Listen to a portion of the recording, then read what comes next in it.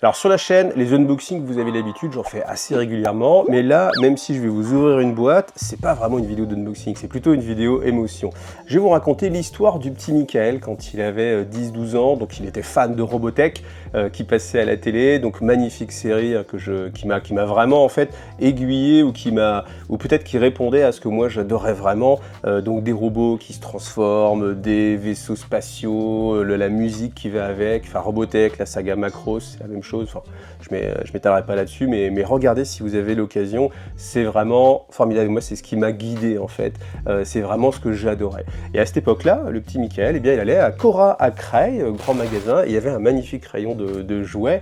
À l'époque, d'ailleurs, les rayons de jouets, je trouvais vraiment plus sympathique. Alors, je sais pas si les choses ont changé ou pas, mais je me rappelle, je me vois encore là, si je ferme les yeux, là, je me vois encore devant ce rayon. Et dans ce rayon, il y avait des boîtes de Robotech, des maquettes avec les vaisseaux spatiaux, les chasseurs, les Antradi, et je rêvais devant ces boîtes-là, mais c'était une époque où voilà, ma mère n'avait pas les moyens de me payer des jouets régulièrement, donc j'avais souvent des jouets à mon anniversaire, à Noël, à Pâques, et puis voilà, on n'allait pas beaucoup plus loin, donc forcément j'avais pas eu ces boîtes-là, et puis est arrivé un moment donné où ces boîtes ont été retirées, après j'ai grandi, l'adolescence, etc., etc. Mais toujours, j'avais ce sentiment de j'aimerais vraiment revenir dans le temps pour se retrouver devant ce rayon-là et pouvoir revivre en fait, et pouvoir me procurer en fait ces vaisseaux. Mais voilà, je savais que c'était très difficile à trouver. En plus, j'avais pas le nom du fabricant, donc pour retrouver ces maquettes, c'était vraiment super compliqué.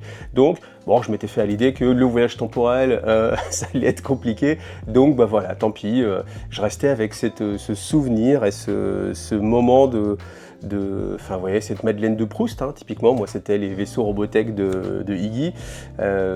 Je les avais pas. Et en fait, ce qui s'est passé un jour, c'est que, alors que je travaille dans mon magasin, on faisait de la reprise d'occasion, il y a un gars qui se ramène et qui fait « Ah, j'ai des vieilles maquettes, est-ce que vous les reprenez ?» Et le gars, il me sort les maquettes de Robotech de l'époque. Et j'étais là, et j'ai encore les frissons là. Et je fais « Ah ouais, ouais !» Et en fait, ce qui s'est passé, c'était que ce gars-là, c'était l'importateur français de cette marque-là, et il lui restait encore quelques stocks, etc. Et du coup, je fais « Ah ouais, je vous les rachète !» Je les rachète cash, et ça m'a permis d'avoir ces boîtes-là que j'affectionne encore particulièrement, et qui sont restées. Alors, est-ce que j'en ai monté? J'en ai monté un, histoire de dire. J'ai encore une version qui est encore scellée, certaines étaient scellées, celle-là, j'ai voulu l'ouvrir, et en fait, ça m'a donné beaucoup d'espoir, et c'est un moment fort de ma vie. Ça a l'air con, on parle quand même d'une boîte, mais parce que, alors que j'avais plus d'espoir, eh bien, la vie, enfin, c'est une phrase que j'aime beaucoup, c'est « on n'est jamais à l'abri que ça se passe bien ». Vous voyez? Donc on s'y attend pas, et tout d'un coup, bim, les choses se passent bien, et en fait, j'ai réussi à récupérer ces maquettes. Alors, il n'y a pas toute la collection, mais il y a quand même pas mal de choses. Alors, pourquoi je vous parle de ça? Depuis 2-3 ans, j'ai une quête comme ça aussi. En fait, vous savez, vous avez des choses que vous aimeriez bien retrouver.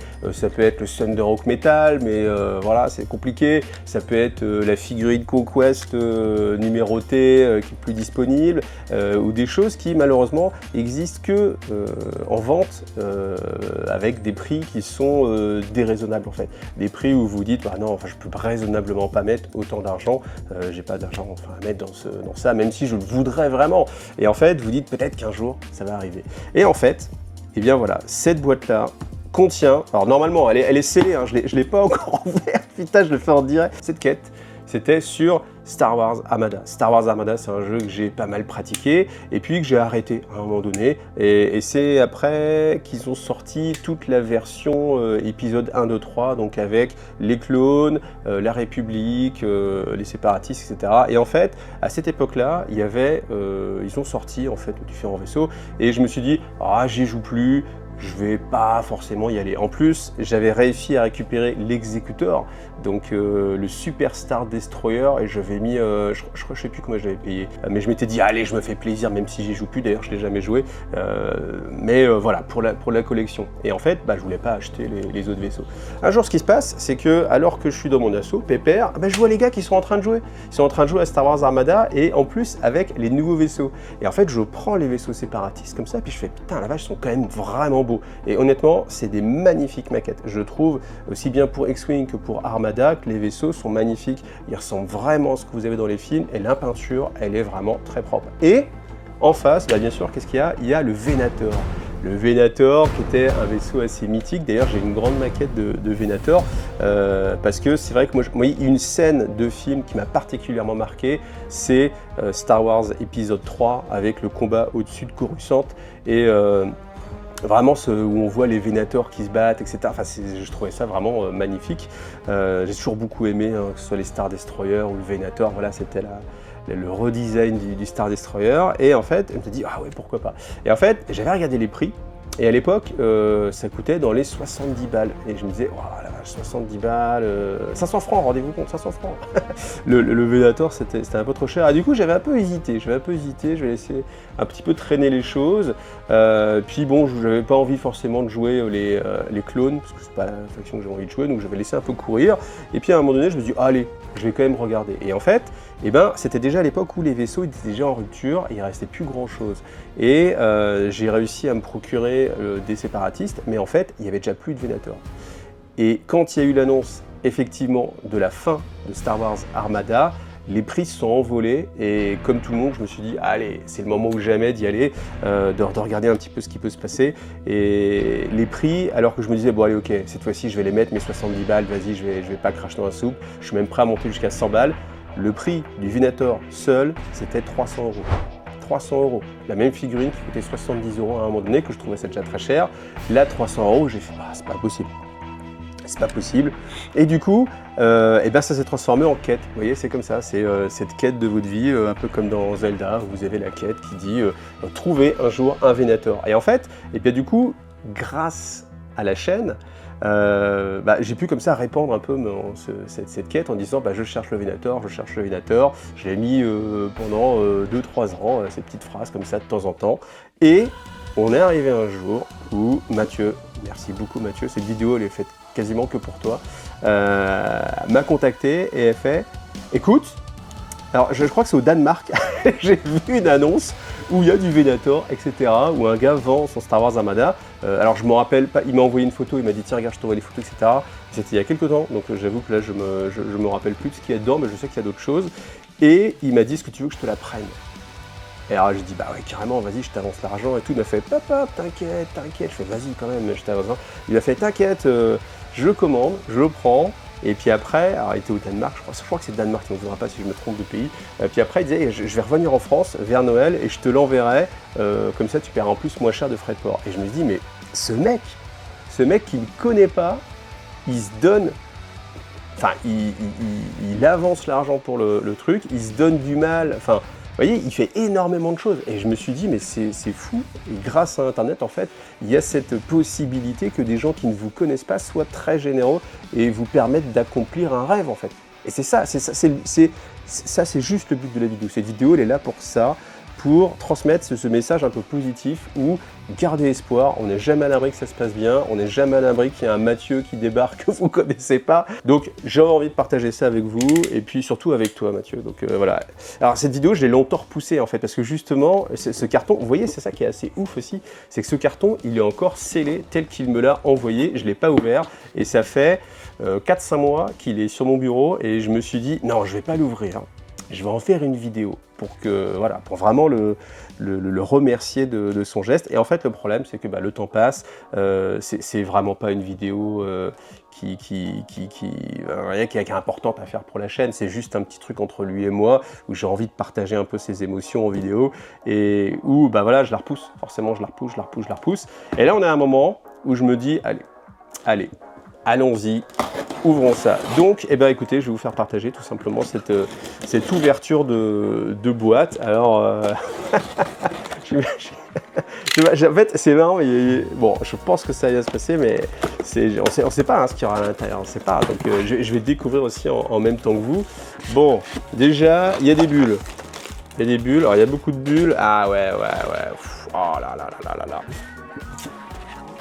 Il est là. Ah là. Et putain, en plus, il est pas tout seul. Alors, je sais que Raph si tu regardes cette vidéo, toi aussi tu dois être en mode oh là là, parce que aussi Raf Park il le recherche. Voilà, le voilà. Allez, je vous montre ça en vrai.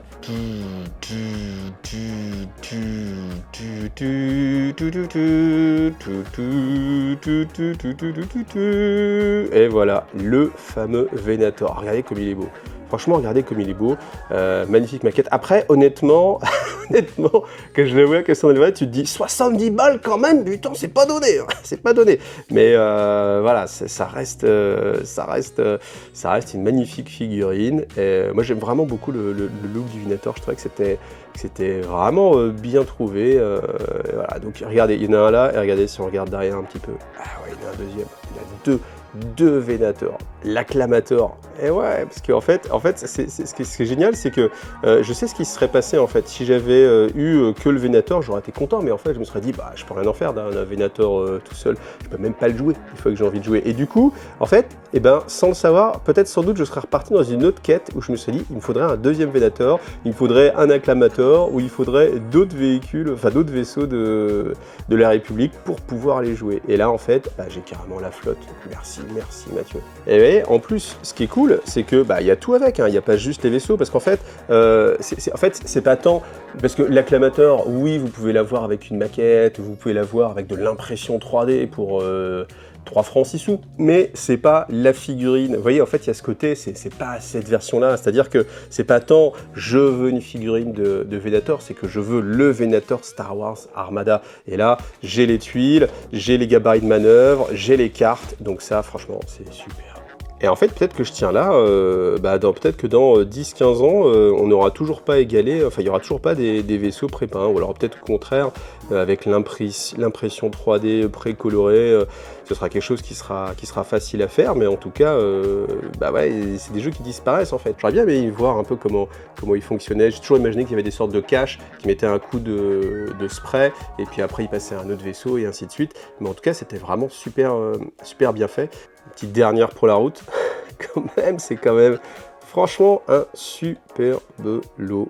Voilà. Et puis comme ça, du coup, ça me fait une flotte, et puis je vais pouvoir pas y jouer, mais mettre ça en vitrine. Et puis peut-être une fois, aller pour le fun y jouer, parce que ça reste un jeu, mais c'est vrai que ça fait longtemps que j'ai pas joué à Star Wars Armada. En plus, on a les vaisseaux, donc ça c'est les petits chasseurs. Et on a carrément cette boîte d'expansion, donc avec voilà tous les types de vaisseaux, et puis les personnages. Alors je vais l'ouvrir quand même aussi. Hein. Ce qui est étonnant sur cette boîte, en fait, c'est que le scotch est pas retiré de ce côté-là. Donc, vous voyez, vous avez encore le sachet, les tokens sont encore, enfin même les roues. Non, mais c'est sûr que c'est du neuf. Et voilà, j'ai tout monté. Vous voyez, ce qui était sympa, c'est qu'en fait, vous aviez en fait des tiges où ils venaient par 3, et vous pouviez en fait, comme il y avait plein de formes différentes, du coup, ça faisait des escadrons où ils étaient tous un petit peu différents. C'est vrai que là, les figurines, comme elles sont très petites, alors elles n'étaient pas pré-peintes. Il y avait moyen, bien sûr, de les repeindre si vous aviez envie. Allez, pour finir, je vous fais un petit diorama avec tout ça.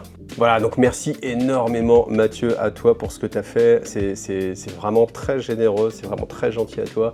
Et vraiment énormément merci. Puis en tout cas, j'espère que cette vidéo, eh bien, vous a donné le sourire et vous a donné peut-être un petit peu d'espoir aussi sur peut-être vos propres quêtes que vous pourriez avoir. On sait jamais, on n'est jamais à l'abri que ça se passe bien. Et voilà, tout peut arriver. Donc n'hésitez pas aussi à vous faire plaisir de temps en temps. C'est vrai que moi je suis quelqu'un qui essaie d'être assez raisonnable, mais de temps en temps, il faut se lâcher un petit peu, il faut aussi profiter, parce qu'être tout le temps raisonnable, puis arriver à un moment de votre vie où au final, vous perdez un peu ce sens du plaisir, c'est un petit peu dommage. Moi j'avais vécu ça aussi encore, dernière petite histoire, j'étais en magasin et en fait il y a un gamin qui achète un petit booster de Pokémon et en fait il était mais hyper joyeux parce qu'il avait une super carte à l'intérieur et en fait je me suis dit mais moi à mon âge, et quand est-ce que j'éprouve cette joie là en fait? Cette joie là je ne l'éprouve plus en fait, c'est fini parce que on est plus vieux, alors on relativise, c'est qu'une carte, c'est qu'un vaisseau, mais c'est vrai qu'on perd en fait ce côté enfantin, ce plaisir enfantin qu'on peut avoir et ça m'a marqué et je me suis dit j'ai vraiment perdu ça,